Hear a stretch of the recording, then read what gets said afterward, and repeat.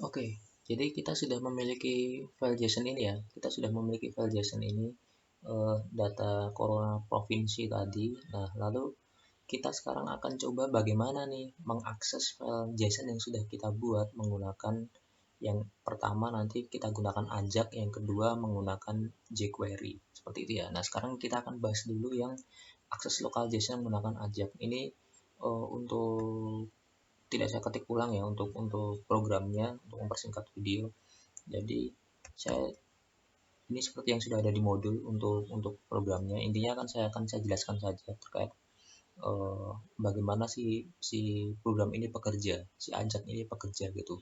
Sesuai dengan nama yang sebelumnya sudah kita bahas ya, asynchronous JavaScript and XML gitu. Jadi ini intinya fitur yang kita gunakan adalah XML HTTP request. Nah, ini tujuannya ini untuk komunikasi gitu ya. Tujuan si XML HTTP request ini untuk komunikasi antara klien dan server. Tujuannya itu tadi, salah satunya untuk uh, mengakses data JSON gitu kan, pengiriman data JSON dari server ke klien gitu. Nah, uh, yang pertama dilakukan adalah dia membuat sebuah variabel di sini, atau kalau yang sudah kita lakukan kita gunakan let gitu, boleh kita gunakan let.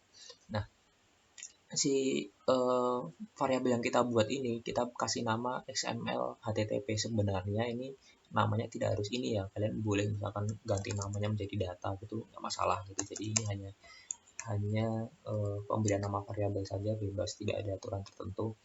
Nah, dia akan membuat sebuah objek gitu. Jadi objek ini dibuat dari XML HTTP request function gitu ya. Ini dia akan membuat objek dari function XML HTTP request, di mana nanti akan memiliki, kalau yang kita tahu namanya objek, dia bisa memiliki beberapa properti dan function di dalamnya gitu kan ya. Tapi kalian ingat untuk materi yang object oriented artinya dibungkus gitu. Jadi kita tinggal manfaatkan saja. Kita tidak perlu tahu apa yang terjadi di dalam masing-masing fungsi ini gitu.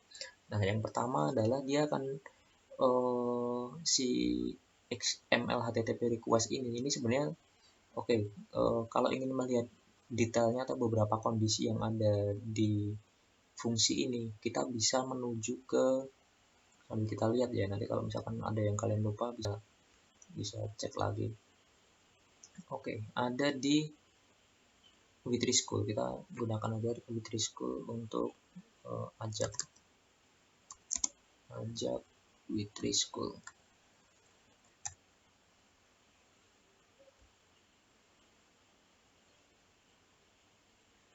Oke, sebentar. Nah,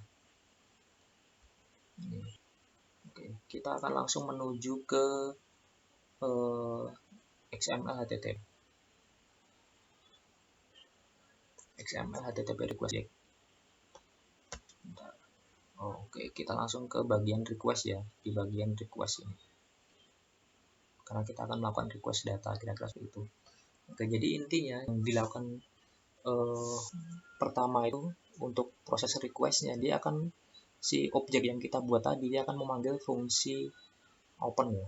Dia akan memanggil fungsi open yang sudah ada di dalam objek XML HTTP request ini, di mana si fungsi open itu dia memerlukan 3 buah parameter. Yang pertama adalah metode yang digunakan, karena kita mengirimkan request ya, tentunya metodenya adalah get. Lalu lokasi si file yang ingin diambil gitu kan, bisa jadi karena kita tadi contohnya di lokal ya, berarti nanti tinggal kita berikan nama file JSON-nya. Lalu yang parameter ketiganya adalah di sini boolean true atau false. Kalau true dia menunjukkan yang kita lakukan itu adalah asinkronus. Terkait asinkronus atau sinkronus nanti akan kita bahas lebih lanjut di materi selanjutnya. Intinya di sini kita gunakan asinkronus seperti itu. Lalu setelah di open atau membuka koneksinya, kira-kira seperti dibuka koneksinya, lalu dikirim nih requestnya gitu kan. Requestnya akan dikirim ke server. Nah, kalau kita kembali lagi ke sini, ini yang dilakukannya ini adalah dia akan membuka koneksi dulu. Lalu parameter pertama metodenya adalah get, karena kita mau mengambil data. Lalu file yang ingin kita ambil adalah sample.json seperti yang sudah kita buat. Nah, karena masih berada dalam satu directory, satu level gitu ya, dalam satu folder, maka kita langsung tulis saja. Tapi misalkan nanti si file JSON ini kalian letakkan di satu directory tertentu, misalkan ya bisa misalkan dalam folder yang berbeda gitu ya.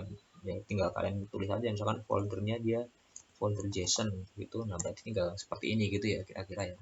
Tapi ini karena masih dalam satu level atau dalam satu directory, langsung tulis nama si file JSON yang kita buat. Ini nanti kalau misalkan kita aksesnya langsung dari server, web server atau dari endpoint API ya, di sini tinggal kita ganti nih URL dari API-nya. Nanti akan kita lihat setelah ini. Terus parameter ketiganya adalah true karena kita tadi ya dia menggunakan asynchronous, prosesnya asynchronous. Nah, setelah itu dia akan mengirim request gitu. Jadi request setelah ini tadi jalurnya dibuka atau membuka koneksi, lalu dikirimkanlah si request seperti itu. Nah, setelah request dikirim, nah di sini itu nanti akan kita proses requestnya itu apa yang terjadi dulu gitu terkait dengan requestnya, apakah requestnya berhasil atau requestnya terjadi permasalahan, itu nanti akan ada di sini. Jadi ada si objek XML HTTP yang kita buat tadi, dia akan mengakses onReady state change-nya dulu gitu. Jadi ada satu property namanya onReady state change, di mana si property ini dia nanti akan memanggil sebuah callback function. Dan terkait callback function juga akan kita coba bahas di belakang ya. Intinya dia akan memanggil sebuah callback function yang mana si fungsi ini ya nanti dia akan melakukan apa terkait data yang misalkan datanya berhasil diambil, itu akan dilakukan apa gitu kan, akan diproses seperti apa, itu nanti dilakukan di dalam fungsi ini. Untuk yang sederhananya seperti itu. Oke ya. Nah, di sini itu nanti kalau kita kembali lagi sebelum lanjut, kita kembali ke sini. Oke, sebentar kita kembali ke sini. Respon. Nah, setelah proses request tadi berlangsung kan, tadi open lalu dikirim ya requestnya lah. Tentunya kan ada respon tuh dari servernya gitu kan ya.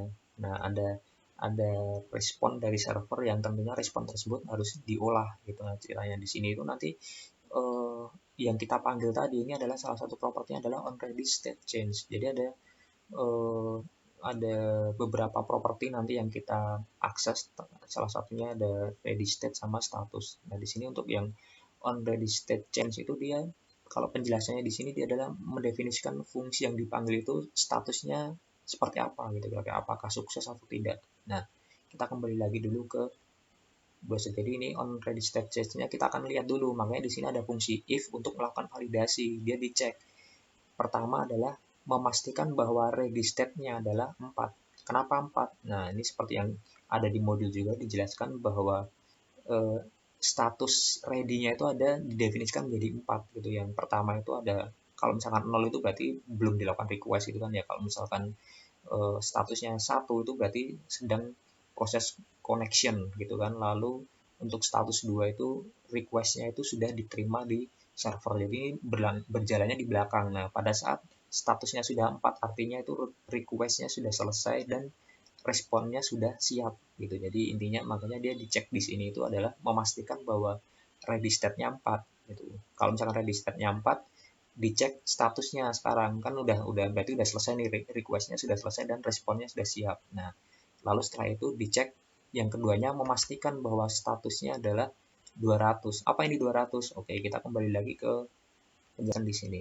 Nah, terkait status dokumen yang diminta itu ada beberapa. Yang pertama adalah 200 artinya oke. Artinya oke itu apa ya? Dokumennya ada dan siap digunakan gitu kan. Lalu status yang keduanya adalah 403, itu artinya forbidden. Forbidden itu artinya ada tapi tidak bisa diakses, kira-kira seperti itu ya. Nah, lalu 404. Nah, ini mungkin sudah sangat familiar kalian pada saat mengakses sebuah halaman website tiba-tiba muncul pesan 404 page not found, artinya ya yang dituju itu tidak ada, kira-kira seperti itu. Jadi ada 3 status yang ditentukan di sini.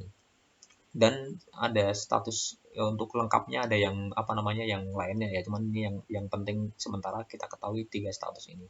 Nah, di sini tadi itu dipastikan, makanya validasi if di sini itu untuk memvalidasi bahwa statusnya sudah 4 dan ready state-nya adalah 4 artinya sudah siap, dan status dokumennya itu 200 artinya dokumennya ada gitu kan ya. Nah, kalau misalkan statusnya seperti ini, maka nanti artinya ya si file JSON yang kita inginkan atau kita akses itu sudah diambil di sini gitu kan ya, dia dalam bentuk respon teks. Kan ingat ya, JSON kan dia berupa teks gitu kan, makanya dia diakses di sini. Nah, karena JSON masih dalam format teks, sedangkan yang dapat diproses oleh JavaScript itu dia harus dalam bentuk objek, makanya di sini dilakukanlah proses parsing gitu, seperti yang sudah saya jelaskan sebelumnya. Kan ada dua proses ya, ada proses parsing sama ada stringify. Itu kebalikannya. Kalau stringify itu kalau kita ingin mengirimkan objek kita untuk dipertukarkan dengan server. Cuman di sini karena kita mau mengakses, berarti dilakukan proses parsing itu kira-kira. Nah, hasil parsingnya ini ya udah nanti berarti si dokumen JSON tadi yang di dalamnya terdapat data apa namanya status corona masing-masing provinsi tadi yang di sini itu nanti akan disimpan dalam variabel my object ini gitu. Jadi nah, kalau untuk membuktikannya apakah memang sudah benar-benar diakses atau sudah disimpan di sini, ya kita tinggal gunakan console log gitu. Oke, ini saya hapus dulu. Nah, seperti ini, console log my object. Nah, sekarang kita akan coba cek di konsol ya. Seperti ini kita simpan, lalu kita akses indeks HTML-nya melalui live server. Pastikan melalui live server, karena kalau tidak menggunakan live server di sini nanti berarti kalian harus memindahkan seluruh direktori itu menggunakan server misalkan Apache atau menggunakan disimpan di htdocs gitu ya kalau menggunakan sub gitu kan. Cuman di sini kita manfaatkan saja live server yang sudah kita install. Oke, kita buka di sini. Nah, terus kita akses konsolnya di inspect, lalu konsol. Oke, ada yang error server respond with status 404 not found. Ada yang salah berarti. Kita coba cek nama filenya sudah benar. Sebentar, apa yang salah dengan respon teksnya? Sebentar, kita cek apakah ada yang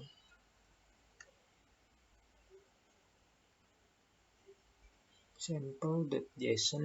Oke, kita cari dulu. Kita cek atau apa gara-gara ini mungkin kita akan delete dulu. Kita simpan. Jadi sama ya, tadi kita definisikannya lab. Terus, tapi harusnya nggak masalah sih ya, harusnya nggak masalah. Kita coba cek lagi di sudah muncul ya. Tadi mungkin masih proses gitu. Jadi nah di sini ya sudah benar, di sini my object yang kita buat untuk menampung data JSON tadi yang setelah diparsing ya dalam bentuk array kan. Karena kan di sini kan JSON-nya nih base-nya dalam bentuk array nih, artinya harusnya objek yang dihasilkan itu nanti dalam bentuk array. Nah, seperti ini. Oke, kalian lihat di sini kalau misalkan tanpa expand di sini akan terlihat nih sebuah array di sini kan ya, di mana di dalamnya terdapat 34 objek. Masing-masing objek seperti yang sudah dijelaskan tadi, dia mewakili data masing-masing provinsi di sini. Ciri-cirinya array itu dilihat dari mana ya? Di sini ya, di sini ada indeksnya nih. Array indeks ke-0, array indeks ke-1, array indeks ke-2 gitu. Indeks ke-0 kalau kita expand, kita lihat tuh di sini dia menunjukkan array indeks ke-0 itu menyimpan data untuk provinsi DKI Jakarta. Terus array indeks ke-1 dia menyimpan data untuk provinsi Jawa Barat. Kira-kira seperti itu ya. Nah, berarti proses akses JSON kita menggunakan AJAX untuk yang pertama ini sudah sukses kita gunakan. Nah, sekarang langsung lanjut dulu. Misalkan nih, sekarang kan kita sudah dapat datanya. Nah, kan yang saya bilang tadi ya setelah kita dapat ya terserah kita nih sebagai programmernya itu ingin menampilkan atau mengambil data apa. Misalkan contohnya saya ingin mengambil atau menampilkan data nama provinsi DKI Jakarta gitu. Misalkan saya ingin menampilkan DKI Jakarta. Bagaimana caranya ya? Tinggal kita lihat nih. Kalian harus sudah bisa membaca ya terkait data ini. Kita cek. Oke. Nah, DKI Jakarta itu di mana letaknya? Ternyata DKI Jakarta itu berada di indeks ke-0 dari arenya. Gitu kan ya? Berarti yang saya lakukan adalah Karena saya ingin menampilkan DKI Jakarta dia berada di indeks ke 0 dari objeknya, maka di sini kita mulai dari indeks ke 0 seperti itu. Lalu setelah itu apa? Kita cek strukturnya.